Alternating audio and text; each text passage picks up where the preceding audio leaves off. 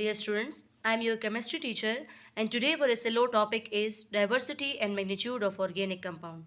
Dear students, diversity and magnitude of organic compounds का यहाँ पर मतलब क्या है? याद रखिएगा कि जब हम ऑर्गेनिक कंपाउंड्स का जिक्र करते हैं तो इसका मतलब है कि हम ऑर्गेनिक केमिस्ट्री के बारे में डिस्कशन कर रहे हैं. The diversity and magnitude of organic compound is due to the uniqueness of carbon bonding and its structure. हमेशा याद रखिएगा कि जो ऑर्गेनिक कंपाउंड्स में आपको अलग अलग स्ट्रक्चर्स दिख रहे होते हैं, अलग अलग बॉन्डिंग दिख रही होती है, ये कार्बन की यूनिक प्रॉपर्टी की वजह से आपको दिख रही होती है. कार्बन वो वाहिद एलिमेंट है पीरियोडिक टेबल का जो हमें मुख्तलिफ एलिमेंट्स के साथ मिलकर अलग अलग बॉन्डिंग के बारे में एक्सप्लेनेशन देता है. ये याद रखिएगा डियर स्टूडेंट्स कि इसी कार्बन के यूनिक बॉन्डिंग की नेचर की वजह से आपके पास अलग अलग डाइवर्सिटी आपको दिखती है, अलग अलग मैग्नीट्यूड दिखता है आपको ऑर्गेनिक कंपाउंड्स का, और अलग अलग एलिमेंट्स के साथ डिफरेंट डिफरेंट कंपाउंड्स की फॉर्मेशन होती है आप लोगों के पास. ये इसी कार्बन की यूनिक प्रॉपर्टी की वजह से ही होती है. डियर स्टूडेंट्स, जैसे कि आप लोग को अभी मैंने बताया है कि कार्बन वो वाहिद एलिमेंट होगा जो किसी भी अलग एलिमेंट के साथ जुड़ जाए तो वो एक डिफरेंट कंपाउंड्स की फॉर्मेशन कर सकता है. ये क्यों? क्योंकि कार्बन की कुछ डिफरेंट रीजंस है, कार्बन की नेचर है, कार्बन की कुछ अलग फॉलोइंग स्टेटमेंट्स है जिसके बारे में हम यहाँ पर डिस्कशन करेंगे. सबसे पहला आप लोगों के पास है tetravalent nature of carbon atom. अब टेट्रावेलेंट का मतलब क्या है आपके पास? टेट्रावेलेंट का मतलब यहाँ पर आपके पास ये है कि कार्बन की नेचर है कि वो 4 अलग तरह की बॉन्डिंग कर सकता है. टेट्रा का मतलब यहाँ पर आपके पास है 4, और वेलेंट का मतलब है आपके पास कि ये अपने 4 इलेक्ट्रॉन्स को, लास्ट शेल के इलेक्ट्रॉन्स को कुछ इस तरह से बाकी एलिमेंट्स के साथ रिएक्ट करके उनको शेयर कर देता है कि जिसकी वजह से इनके दरमियान कोवेलेंट बॉन्ड बन जाता है, और ये आपके पास कम से कम 4 बॉन्डिंग बना सकता है. इसीलिए इसके हम इस प्रॉपर्टी टेट्रावेलेंट नेचर के बारे में डिस्कस कर रहे होते हैं. ये जो कार्बन एटम है आपके पास, इसकी नेचर ऐसी है कि ये आपके पास मुख्तलिफ 4 जो है ना कोवेलेंट बॉन्ड्स की फॉर्मेशन कर सकता है. ये कार्बन की अलग नेचर की वजह से इसके कुछ अलग अलग मूड्स होते हैं, कुछ अलग अलग स्टेट्स होती है, जिसकी वजह से हम इसके इस नेचर के बारे में एक्सप्लेनेशन दे रहे होते हैं. दूसरा आपके पास इसकी एक और जो है ना प्रॉपर्टी है आपके पास, mode of bonding. Carbon atom में ये एबिलिटी पाई जाती है. कार्बन एटम एक वाहिद एक ऐसा एलिमेंट है आपके पास जो कि आपके पास मुख्तलिफ किस्म की बॉन्डिंग बना सकता है, लेकिन वो बॉन्डिंग सिर्फ 4 बॉन्डिंग ही होनी चाहिए. जो कार्बन एटम है वो सिंगल बॉन्ड्स की फॉर्मेशन कर सकता है, वो डबल बॉन्ड की फॉर्मेशन कर सकता है, वो ट्रिपल बॉन्ड की फॉर्मेशन कर सकता है. जैसे कि आप लोगों को दिख रहा होगा कि मैंने आप लोगों को इसके इस 4 अलग अलग स्टेटमेंट की जो रिएक्शंस है वो मैंने करवाए हैं आप लोगों को. सबसे पहले आपके पास है 4 सिंगल बॉन्ड वाला कार्बन एटम की स्ट्रक्चर. सबसे पहले यहाँ पर मैंने कार्बन के 4 सिंगल बॉन्ड्स को यहाँ पर क्या किया है, शो किया है. इसका मतलब है कि कार्बन इस स्टेट में भी आपके पास अपने आप को रख सकता है. दूसरा आप लोगों के पास है एक सिंगल बॉन्ड बनाएगा और एक डबल बॉन्ड बनाने की फॉर्मेशन करेगा. यहाँ पर आपके पास कार्बन की इस नेचर में सिंगल बॉन्ड की भी फॉर्मेशन हो सकती है, डबल बॉन्ड की भी फॉर्मेशन हो सकती है, और ट्रिपल बॉन्ड की भी फॉर्मेशन हो सकती है. अगर आप थर्ड स्ट्रक्चर में देखोगे तो वहाँ पर कार्बन ने 2 डबल बॉन्ड बनाए हैं, और आपके पास जो लास्ट इसका स्ट्रक्चर है उसमें कार्बन ने एक ट्रिपल बॉन्ड बनाया है और एक सिंगल बॉन्ड की फॉर्मेशन की है.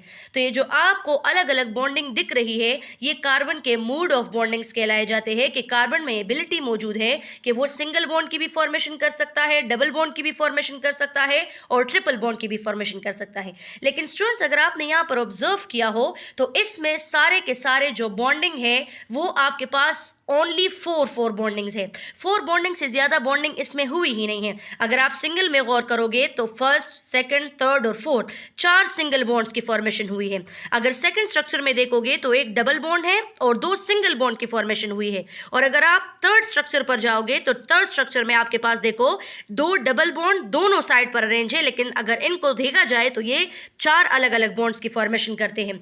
और अगर आप लास्ट स्ट्रक्चर पर गौर करोगे तो इसमें ट्रिपल बॉन्ड और सिंगल बॉन्ड, तो 3 और 1. तो याद रखिएगा कि कार्बन 4 बॉन्डिंग से ज्यादा बॉन्डिंग शो नहीं कर सकता, लेकिन उन 4 बॉन्डिंग को भी, उन 4 बॉन्डिंग को भी वो इस तरह से अरेंज कर सकता है कि वो सिंगल बॉन्ड्स की फॉर्मेशन भी कर सकता है, डबल बॉन्ड की भी फॉर्मेशन कर सकता है, और ट्रिपल बॉन्ड की भी फॉर्मेशन कर सकता है. ओके डियर स्टूडेंट्स, अब हम कार्बन के इस यूनिक नेचर की थर्ड प्रॉपर्टी के बारे में डिस्कशन करेंगे। ये जो कार्बन है ये अपने कार्बन एटम के साथ भी बहुत अच्छे तरीके से बॉन्डिंग शो करता है, लेकिन जब कार्बन खुद के कार्बन एटम के साथ बॉन्ड बनाएगा तो उसको हम केटिनेशन का नाम देते हैं। When carbon atom bond with each other to form long chain, branch chain और रिंग चेन, जब भी कार्बन कार्बन एटम एक दूसरे के साथ बॉन्ड बनाएंगे तो ये लॉन्ग चेन की भी फॉर्मेशन कर सकते हैं, ये ब्रांच चेन की भी फॉर्मेशन कर सकते हैं और ये रिंग स्ट्रक्चर्स की भी फॉर्मेशन कर सकते हैं। लेकिन इनके इस सेल्फ लिंकेज को, ये कार्बन और कार्बन के बॉन्ड को हम एक खास किस्म का नाम देते हैं और वो आपके पास क्या है? केटिनेशन। केटिनेशन का मतलब क्या है? When carbon carbon atoms are bond with each other, जब कार्बन किसी कार्बन के साथ दूसरे कार्बन के साथ बॉन्ड बनाएगा तो उस दौरान या तो वो स्ट्रेट चेन बना लेगा, या वो ब्रांच चेन बना लेगा, या वो रिंग चेन बना लेगा। तो इस तरह के स्ट्रक्चर्स को, इस तरह इस कार्बन के यूनिक प्रॉपर्टी को हम कार्बन कार्बन बॉन्डिंग का नाम देते हैं। और इस सेल्फ लिंकेज या इस प्रोसेस को जिसमें एक कार्बन दूसरे कार्बन के साथ बॉन्ड बनाता है उसको हम केटिनेशन का नाम देते हैं। जैसे यहाँ पर मैंने आप लोग को स्ट्रेट चेन की जो स्ट्रक्चर है वो आप लोग को शो करवाया है। जैसे यहाँ पर आप देखिएगा एक कार्बन दूसरे कार्बन के साथ जुड़ा हुआ है, सिमिलरली दूसरा कार्बन थर्ड के साथ और एक चेन बना है, लेकिन ये स्ट्रेट चेन है। इसका मतलब है कि सेल्फ लिंकेज हुई है लेकिन स्ट्रेट वे में हुई है, इसीलिए हमने इसको किस चीज का नाम दिया है? स्ट्रेट चेन का नाम दिया है। अब अगर हम ब्रांच चेन की बात करते हैं तो ब्रांच चेन में भी कार्बन दूसरे कार्बन के साथ लिंक में होगा, लेकिन जैसे आपने शाखें देखी होती है ना, ट्री के ऊपर अलग अलग ब्रांच होती है, इसी तरह एक कार्बन के साथ दूसरा कार्बन जुड़ा होगा और इस तरह ब्रांच की शक्ल आप लोगों के पास क्या होगी? बनी हुई होगी। तो जब इस तरह कार्बन के स्ट्रक्चर को आप देखते हो, इसको भी केटिनेशन के प्रोसेस का नाम दिया जाता है, लेकिन इसमें जो कार्बन होता है वो एक और कार्बन के साथ इस तरह ब्रांच के शेप में भी आपके पास क्या होता है? अरेंज होता है, इसीलिए इस स्ट्रक्चर को हम लोग नाम देते हैं ब्रांच चेन का। इसी तरह जब कार्बन दूसरा अपने किसी और एटम के साथ बॉन्ड बनाता है कार्बन एटम के साथ, लेकिन अगर वो साइक्लिक फेज में हो या फिर वो क्लोज स्ट्रक्चर में हो तो उसको भी बेसिकली हम क्या कहते हैं? नाम दे देते हैं जो है ना ब्रांच ऑफ, या फिर अलग आपके पास bond of carbon carbon atoms का। और इस तरह जब रिंग हो कि जहां से आपका पहला कार्बन अपने आप को शुरू करे और उसी पर जाकर वो चेन खत्म हो जाए, इसीलिए हम इस तरह के स्ट्रक्चर्स को किस चीज का नाम दे देते हैं? फिर रिंग चेन का नाम दे देते हैं। तो ये याद रखिएगा कि जब कार्बन कार्बन बॉन्डिंग की बात आती है तो इसका मतलब है कि इसमें आपके पास क्या होगी? केटिनेशन होगी। And what is catenation? Catenation is when carbon-carbon atoms bond with each other and they will form chains, long chain, branch chain, straight chain और ring chain। तो इस सेल्फ लिंकेज को हम लोग बेसिकली नाम देते हैं किस चीज का? केटिनेशन का।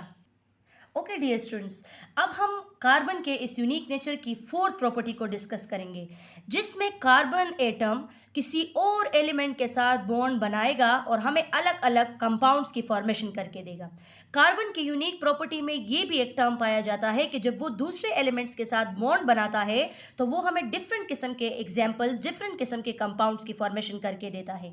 कार्बन फॉर्म्स कोवेलेंट बॉन्ड्स, और ये याद रखिएगा कि कार्बन जब भी किसी और एलिमेंट के साथ बॉन्ड बनाएगा वो आप लोगों के पास जो बॉन्ड बनेगा वो हमेशा कोवेलेंट बॉन्ड कहलाया जाएगा। ये अपने 4 वैलेंस इलेक्ट्रॉन्स को शेयर कर देता है कार्बन, और उसकी वजह से जो बाकी एलिमेंट्स होते हैं वो इसके साथ बॉन्ड बना लेते हैं और आपके पास मुख्तलिफ किस्म की फॉर्मेशन अलग अलग कंपाउंड्स की हो जाती है।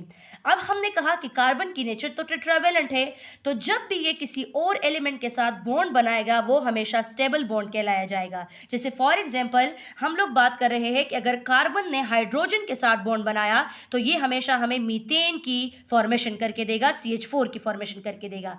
अगर कार्बन ने ऑक्सीजन के साथ बॉन्ड बना लिया तो ये कार्बन डाइऑक्साइड की फॉर्मेशन करके देगा। अगर कार्बन ने नाइट्रोजन के साथ बॉन्ड बना लिया तो वो हमेशा हमें मिथाइल, एमाइंस की या इस तरह के और डिराइवेशंस की, डिराइवेटिव्स की क्या करेगा? अलग अलग कंपाउंड्स की फॉर्मेशन करके देगा। याद रखिएगा कि कार्बन बहुत सारे एलिमेंट्स के साथ रिएक्शंस परफॉर्म करता है और डिफरेंट कंपाउंड की फॉर्मेशन करता है। जैसे इसमें आ गए सल्फर, इसमें हेलोजन्स आ गए आपके पास। तो इस तरह के जितने भी एलिमेंट्स है आपके पास पीरियोडिक टेबल के, उनके साथ कार्बन अपने टेट्रावेलेंट नेचर की वजह से बॉन्ड बना लेता है और वो बॉन्ड्स हमेशा स्टेबल होते हैं, वो कोवेलेंट बॉन्ड्स कहलाए जाते हैं, और वो जो कंपाउंड बनते हैं वो स्टेबल कंपाउंड्स की फॉर्मेशन होती है आप लोगों के पास। ओके डियर स्टूडेंट्स, अब हम आते हैं कार्बन की फिफ्थ प्रॉपर्टी के ऊपर, उसकी उस यूनिक नेचर की फिफ्थ प्रॉपर्टी को डिस्कस करने के लिए। कार्बन की जो नेचर है उसके वजह से जो ये ब्रांच चेन बनते हैं, ये जो लॉन्ग चेन बनते हैं, स्ट्रेट चेन बनते हैं, इसमें कार्बन मुख्तलिफ अरेंजमेंट करता है एटम्स की। कहीं पर स्ट्रेट वे में अरेंज हो जाता है तो स्ट्रेट चेन की फॉर्मेशन हो जाती है, कहीं पर ब्रांच में अपने आप को अरेंज कर देता है, एक के ऊपर दूसरा कार्बन, दूसरे के ऊपर तीसरा कार्बन, और उसकी वजह से आपके पास ब्रांच चेन की फॉर्मेशन हो जाती है। कहीं पर आपके पास जो आपका कार्बन है वो क्लोज चेन में अपने आप को अरेंज कर देता है तो साइक्लिक अरेंजमेंट हो जाती है।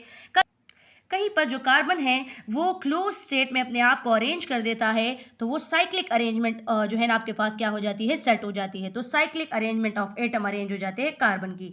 कहीं पर वो अनसेचुरेटेड अरेंजमेंट कर लेता है, मतलब कहीं कार्बन एक जगह पर होगा, कहीं दूसरी जगह पर। तो इस तरह कार्बन की ये एबिलिटी है, उसके दूसरे कार्बन एटम के साथ जुड़ने की खासियत है कि जब भी ये डिफरेंट बॉन्डिंग बनाता है तो अपने एटम्स को कुछ इस तरह से अरेंज कर देता है कि जिसकी वजह से इसके अलग अलग आपके पास स्ट्रक्चर की अरेंजमेंट भी पॉसिबल हो पाती है। डियर स्टूडेंट्स, ये कुछ आपके पास फ्यू टर्म्स थे कार्बन की अलग यूनिक नेचर के बारे में और ऑर्गेनिक कंपाउंड्स के अलग अलग स्ट्रक्चर्स के बारे में डिस्कशन के लिए। याद रखिएगा डियर स्टूडेंट्स के जो कार्बन एटम है आपके पास, ठीक है, ये जो कार्बन एलिमेंट है आपके पास, ये कोवेलेंट बॉन्ड्स की फॉर्मेशन करता है और ये हमेशा आप लोगों के पास क्या होता है, कार्बन एटम की जो बॉन्डिंग होती है वो बहुत स्ट्रॉन्ग बॉन्डिंग कहलाई जाती है। ये जो कोवेलेंट बॉन्ड बनता है हमेशा बहुत स्ट्रॉन्ग स्टेट में बनता है। आसानी से हम कार्बन एटम से किसी दूसरे कार्बन एटम की ब्रेकडाउन को पॉसिबल नहीं कर पाते हैं। ये जो कार्बन एटम है इसका साइज बहुत ज्यादा छोटा होता है, इसीलिए ये जब भी कैटिनेशन करता है, ये जब भी किसी दूसरे एटम के साथ बॉन्ड बनाता है तो इसकी ब्रेकडाउन नॉर्मली हमारे लिए क्या हो जाती है, मुश्किल हो जाती है। ये हमारे पास था आज का लेक्चर। उम्मीद है आप लोगों को बहुत सारी चीजें क्लियर हो गई होगी। खुदा हाफिज।